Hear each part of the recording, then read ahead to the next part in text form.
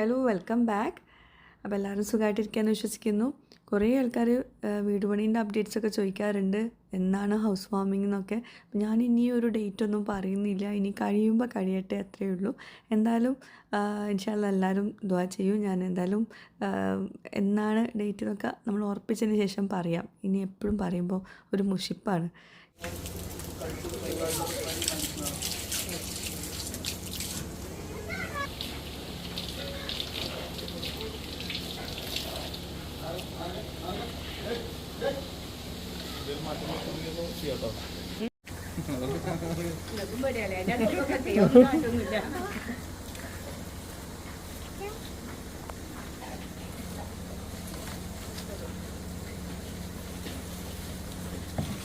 റൂഹിയുടെ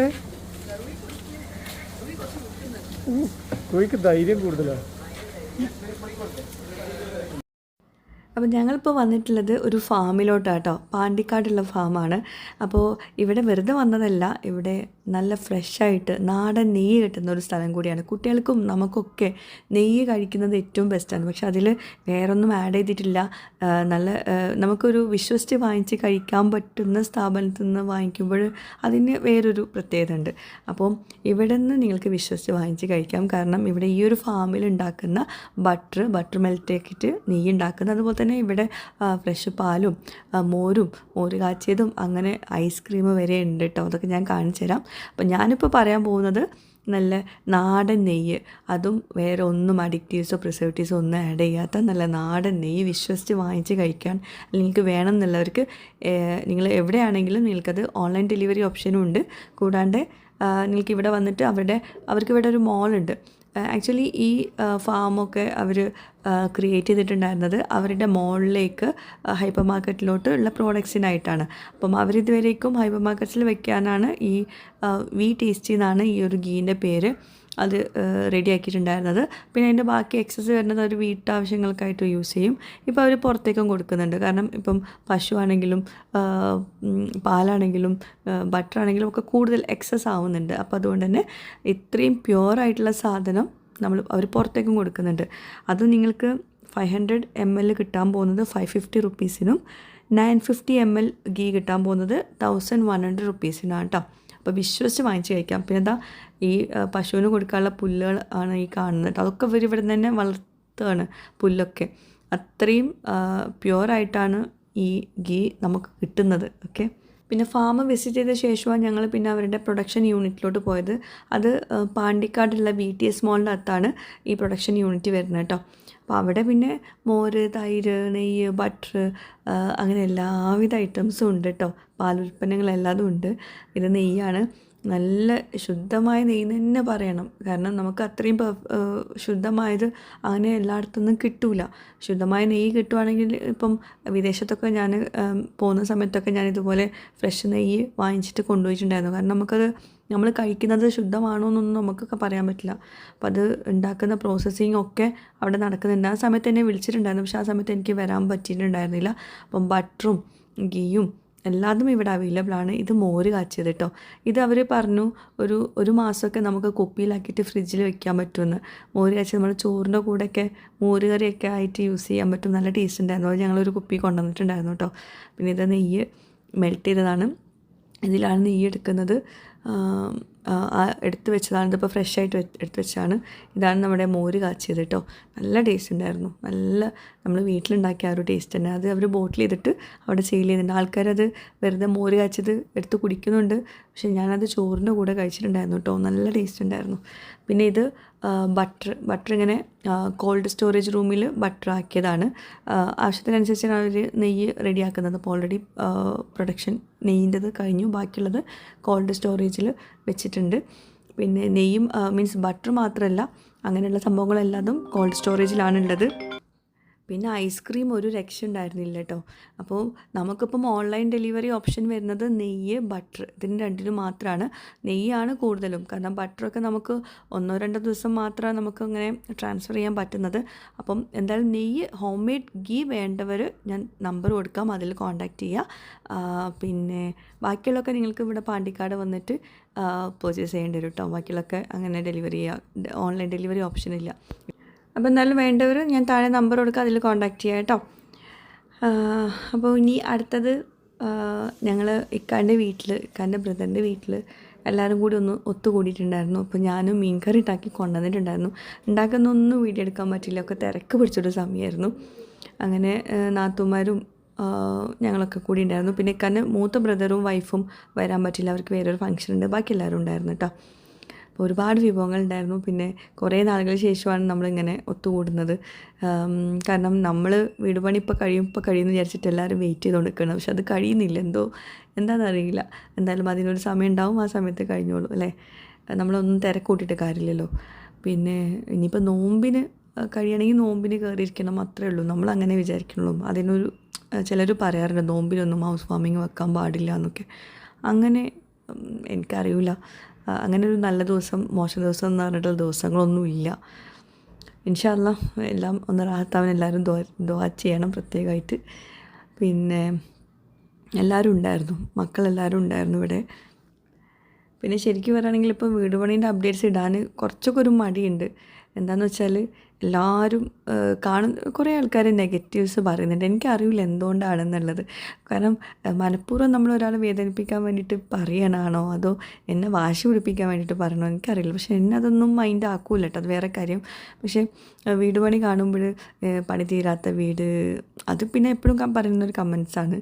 പിന്നെ എന്തൊക്കെയോ മീൻസ് എനിക്ക് പറയാൻ പറ്റുന്നില്ല, എന്തൊക്കെയോ പറയാറുണ്ട്.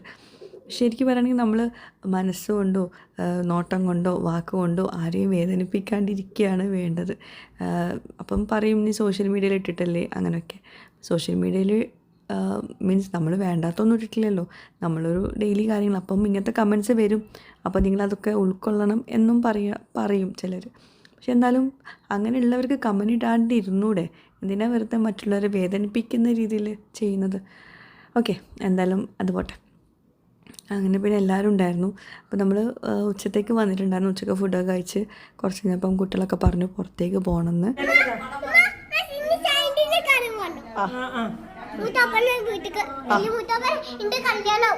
എൻ്റെ കല്യാണ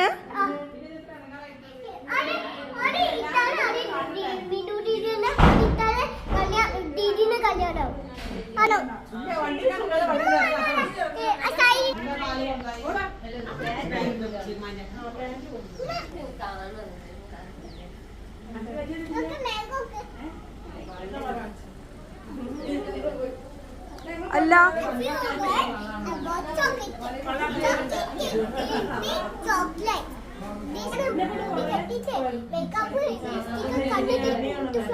ബ്യൂട്ടിഫുൾ ആവോ? റൂവിന്റെ കല്യാണം എന്നാ കല്യാണം? ജൂണിലെ കല്യാണം? ജനുവരി കല്യാണം.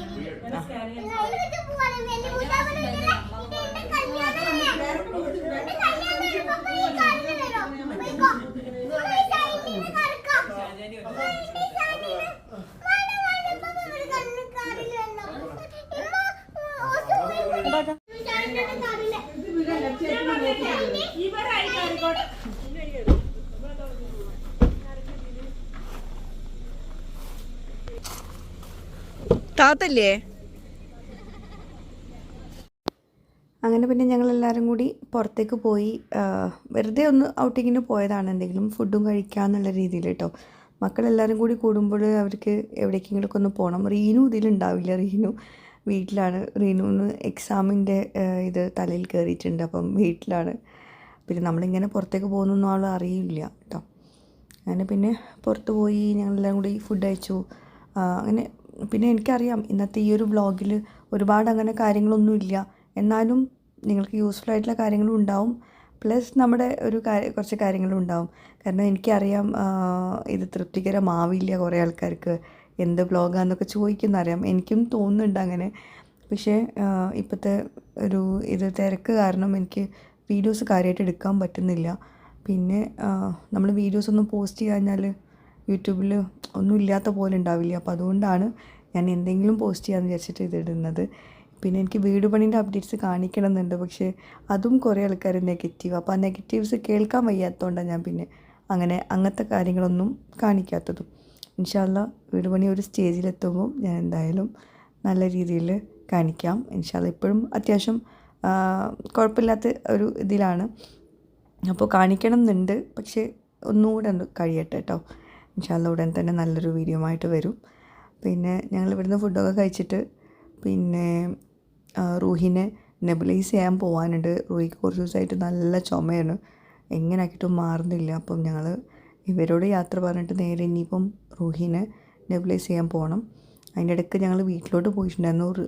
റീന് ഫുഡ് കൊണ്ട് കൊടുത്തിട്ടുണ്ടായിരുന്നു.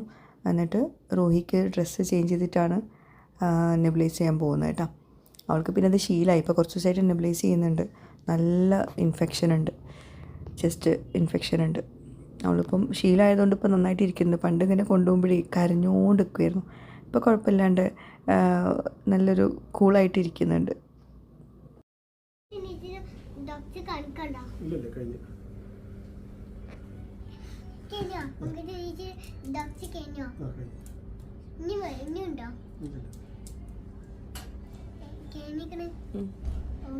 ഇതും കൂടി മതി കേട്ടോ.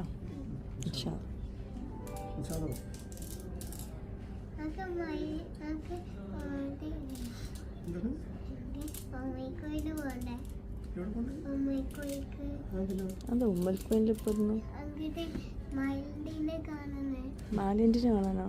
അതിപ്പോൾ പുതിയൊരു മാലിന്യനായി. മാലിന്യനെ കാണണ കിൻഡർ ബോയ് ഉണ്ടോ?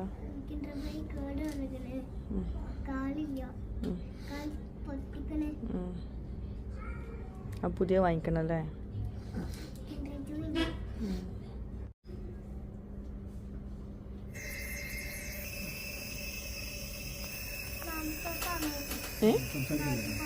ലോലിപോപ്പ